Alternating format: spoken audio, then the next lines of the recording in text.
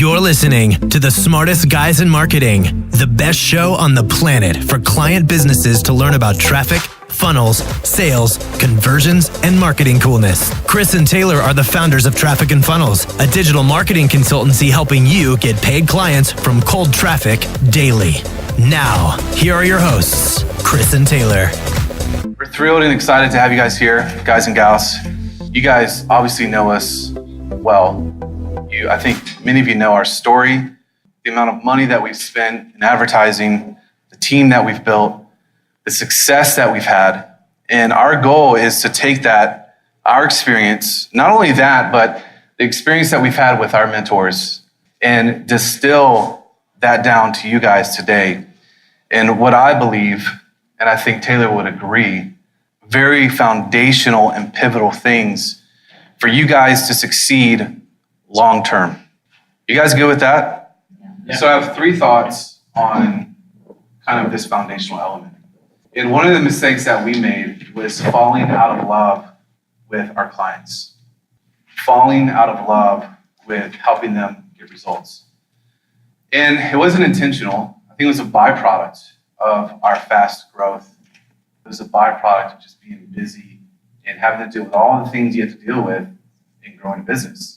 Like Taylor said, you've got ads, you've got marketing, you've got a team, maybe you have contractors, taxes, you build this huge list. And if you lose sight of this really crucial and important thing, that's at the moment when you will fall out of love with your clients, you'll fall out of love with your business, you'll experience burnout, and then you'll say, screw this, why am I even here? Why am I even doing this? What the frick is the point? Have any of you guys experienced that at all? Raise your hand, yes or no. Okay.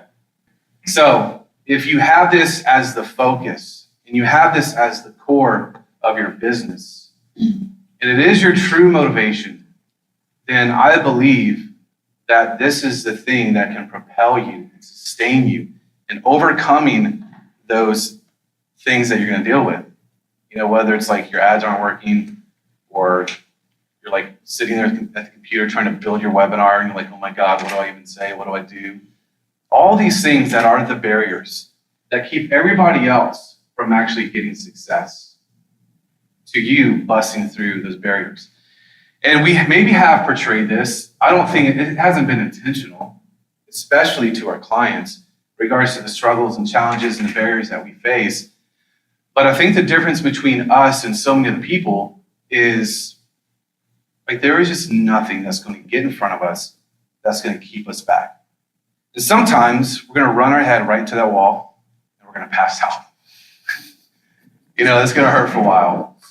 But then we're going to get up and we're going to do it again and again and again until we figure it out. And I think some of the secrets that we've learned that we try to portray to you guys in regards to environments, that's not just some cliche thing that we say. Having a mentor, it's not just some thing that we say that sounds really good and pretty, but that is our reality. That's our experience. And we surround ourselves with amazing people who they've beat their head against the walls and broken through, right? And they have experienced that success and that breakthrough. And when you're aligned and connected with people who have done that, then you know that's possible. It's like you might have one more time where you're running against that wall, you're going to bust through. But so many people, they stop. Like they hit, they're like, oh my God, I don't think I can get through this wall. I don't think I can get through this barrier. Right? So when you have these things in front of you, the core of what we're going to talk about here in the next few minutes, I think it's going to propel you to bust through that barrier.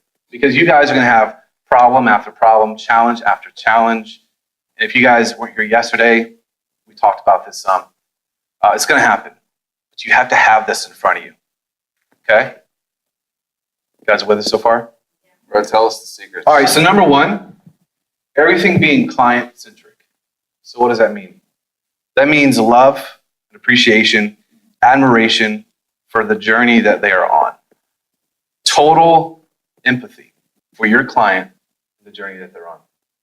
Where they are and where they want to go. And all the things, all the struggles, all the problems, the nightmares, everything that stems from that, that's holding them back. Having total appreciation for that journey. And empathy is such a powerful weapon in this business. And it's something that is drastically lacking for so many experts. Why? Because they see dollar signs. They see a number. We've fallen into that trap before. Yeah, it's true. When if you keep this in front of you, again, it's going to help you break past, because when you have empathy, you have compassion, it's greater than money. Because I promise you, you might be at a place in your business right now where money is like, it's a motivator, and that's fine, it's okay. But if you're like us, like we thought that $100,000 a month was like, whoo, we make $100,000 in a month, like that's it, we're rich. Like we'll arrive, we'll be there. And then we did, and we're like, we feel exactly the same. Yeah. Like, why is it, like, what's happening to me, you know? Yep. And there's like, it must be 200,000 or 250,000 a month. And then guess what? Same. Right? So that's what, we're telling this stuff based off experience. Like, money is never going to meet that need that you have. Anything you want to add to that? Oh, so much I want to add to that. If you ever get to a point where you're not obsessed with client results or clients getting what they wanted when they paid you, then the trajectory of your business all of a sudden has reversed and is going backwards. So you got to check yourself, I think every day. I think every day is healthy. Am I in love with the outcome, or am I in love with the client? It's a little bit of a difference. Does that make sense? And then in terms of money, we just add one thing to the money. I was talking with a client this morning on the way here, and I'm out in front of Starbucks, and I'm just pacing around talking to him. And he's like trying to get off the phone because he respects my time. I'm like, no, this is, and this, and this, and this. And I keep going. I was like, this is where you need to get with your offer. Yeah. Where it's like, dude, I like money a lot. Money is really cool. It's like, it's a great thing. It's great to have a lot of money. But I'm pacing outside of Starbucks, not because you're paying me, but because I'm obsessed with this.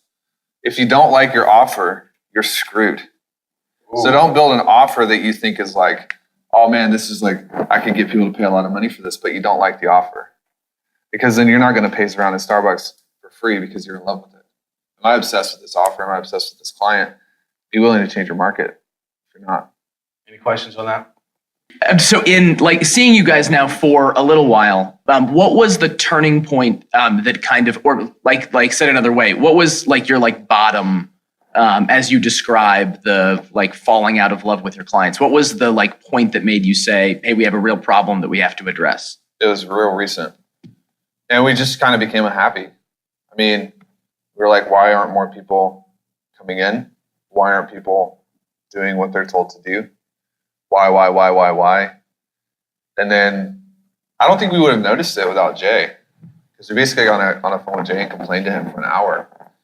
And graciously, he was like, you guys can either stay in a little ball on the floor, like what you're doing right now, or you can get back in the game, so you get to decide. And we were like, nobody talks to us.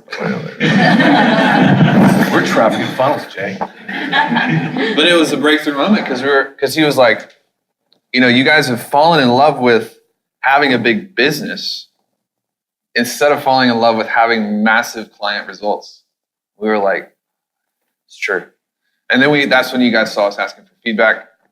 Hey, what do you guys think about this? Got a lot of amazing feedback. Did the same thing with Upper Echelon. And we were basically just like, dude, look, like, are we content being the best that the market has to offer?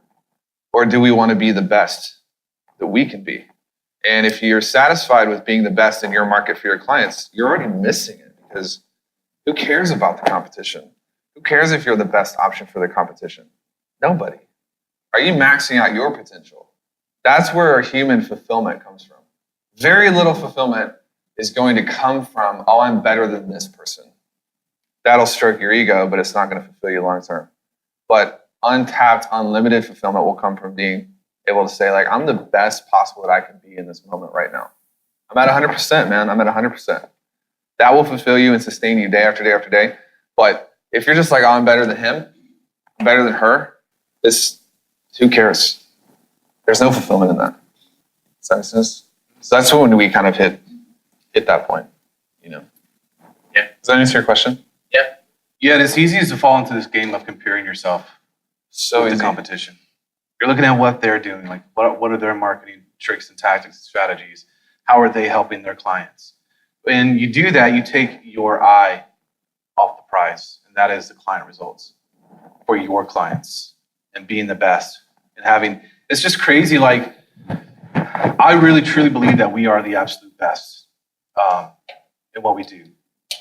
But if we get our eye off that prize, we veer, and that's what happens. It's nobody else's fault except for ours. And so we just had to come to that reality.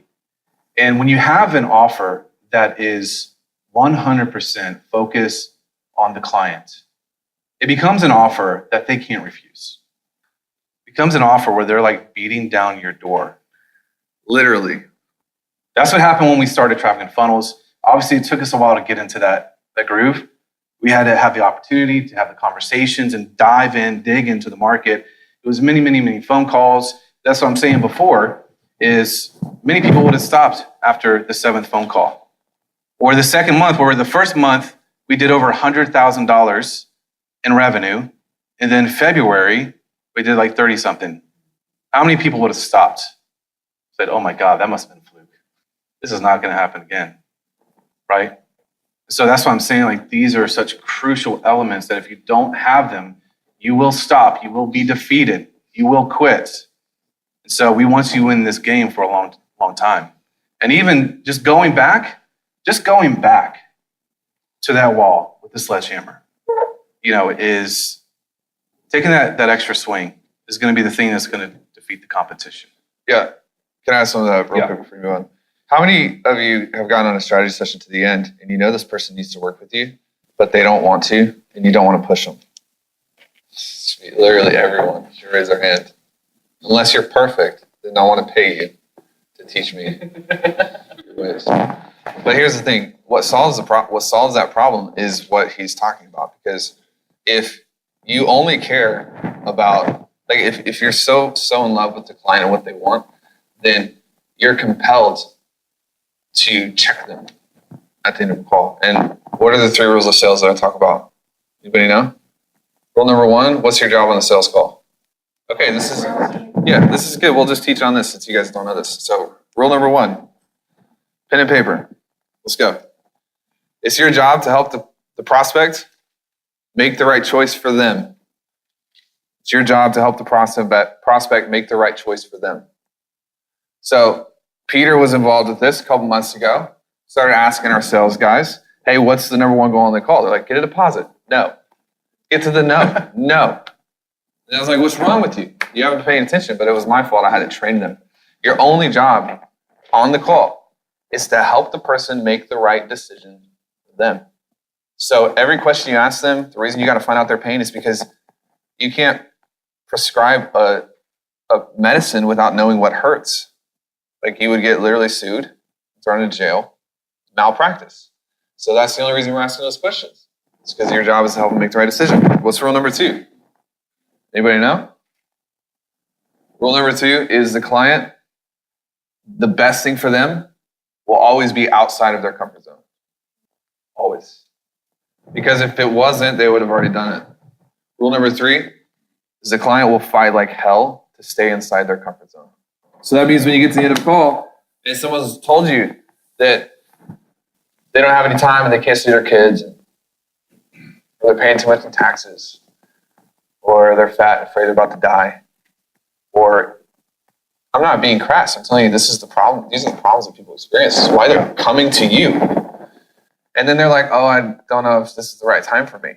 Then from an empathetic, compassionate perspective, the question needs to be like, well, what the hell is going to change until you decide that you've had enough?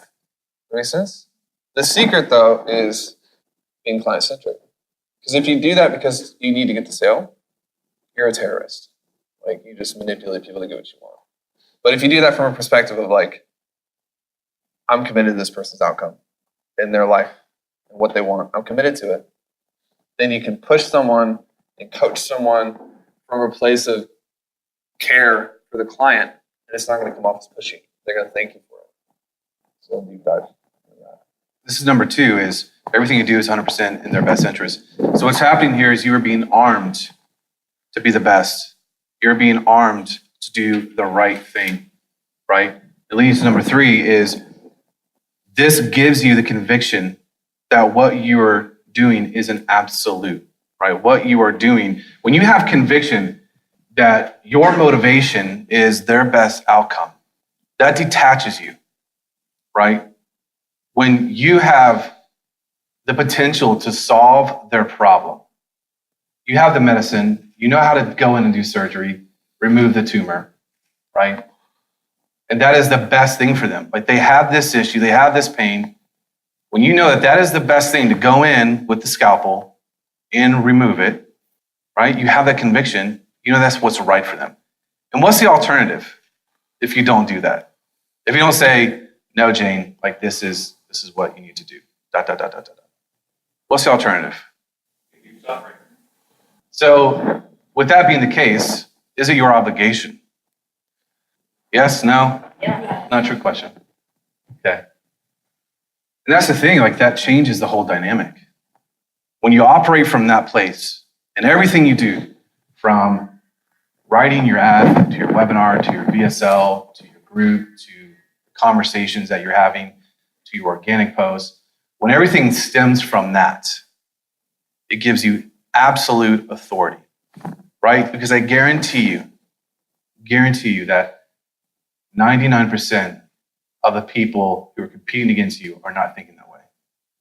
They're ensnared with the wrong motivation of, oh, I just need 5 clients this month, right? They're not thinking of, I'm the doctor, I know exactly what is best for them. I get on the call, I listen to their pain, right? And then I show them the road to recovery.